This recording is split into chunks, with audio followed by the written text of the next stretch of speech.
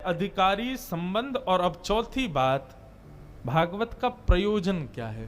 तापत्रयोन्मूलनम।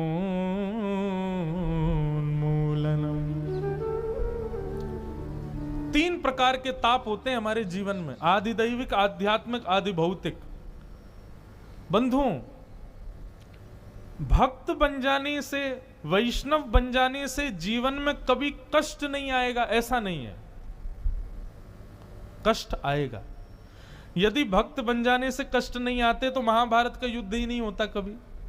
भगवान पूरी गीता में अर्जुन को यही कहते हैं, युद्ध च युद्ध च युद्ध च, भय अर्जुन तू युद्ध कर। क्या भगवान में सामर्थ्य नहीं थी कौरवों को एक भ्रगुटी में ही, एक बार में ही नष्ट कर दें? सब सामर्थ्य थी, लेकिन फिर भी अर्जुन को कहते रहे युद्ध कर। क्यों?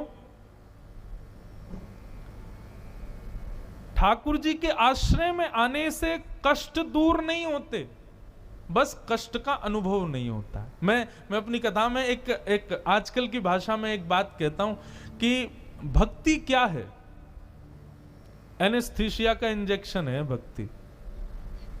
जिस प्रकार डॉक्टर एक इंजेक्शन लगा देते हैं तो वो पार्ट सुन्न हो जाता है। अब चाहे वहां का ऑपरेशन करो, काटो पीटो, टांके लगाओ, कुछ भी करो, पता नहीं चलता ना। ऐसे ही भक्ति क्या है, भक्ति मार्ग क्या है, आध्यात्मिक मार्ग क्या है? ये एनेस्थीसिया का इंजेक्शन है।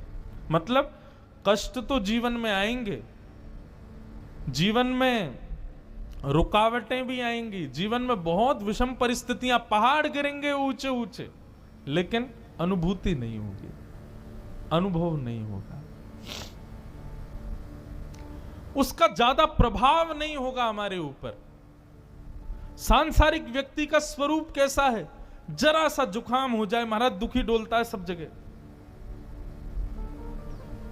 लेकिन आध्यात्म पथ का पथिक व्यक्ति, उसके जीवन में कितने भी विषाद आ जाएं, वो कष्ट में नहीं आएगा कभी। प्रसन्न हासा ऋणलोचलोल सत। ठाकुर जी कभी दुख दूर नहीं करते, ठाकुर जी दुख से जूझने का बल प्रदान करते।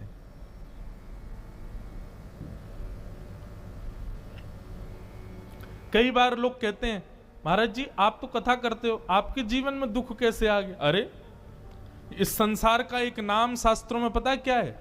दुखालय। क्या है? पृथ्वी को शास्त्रीय भाषा में कहते हैं दुखालयम शाश्वतम।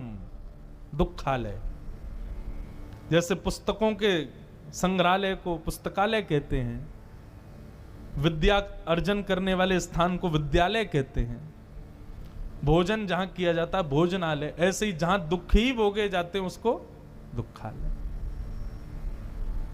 यहां सब दुखी हैं भैया, सबके जीवन में दुख है। बस हरि स्मरण करने वाले, हरि भजन करने वाले, वो दुख तो जीवन में आता है लेकिन फिर भी प्रसन्न रहते हैं, क्योंकि दुख का अनुभव नहीं होता है, दुख की अनुभूति नहीं होती।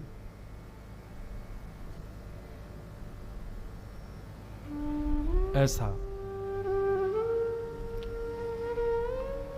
तापत्रयोन्मूलनम। इस प्रकार ये दूसरा श्लोक भागवत।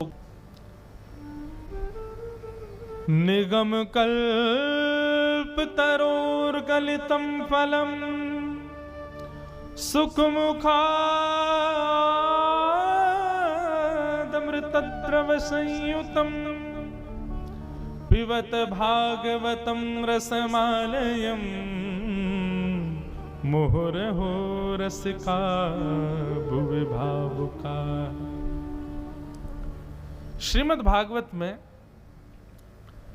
व्यासपीठ के बगल में आप लोग देख रहे हैं श्री सुखदेव जी विराजमान हैं। कई कथाओं में भी आप कभी गए होंगे तो एक तोता लटका के रखते हैं, वो श्री सुखदेव जी हैं। सुखदेव जी एक प्रमाण है कि वक्ता को कैसा होना चाहिए। वक्ता को, अभी तक 2 श्लोक ये श्रोताओं को समझाए गए, ये तीसरा श्लोक जो है ये वक्ता को समझाया जा रहा है।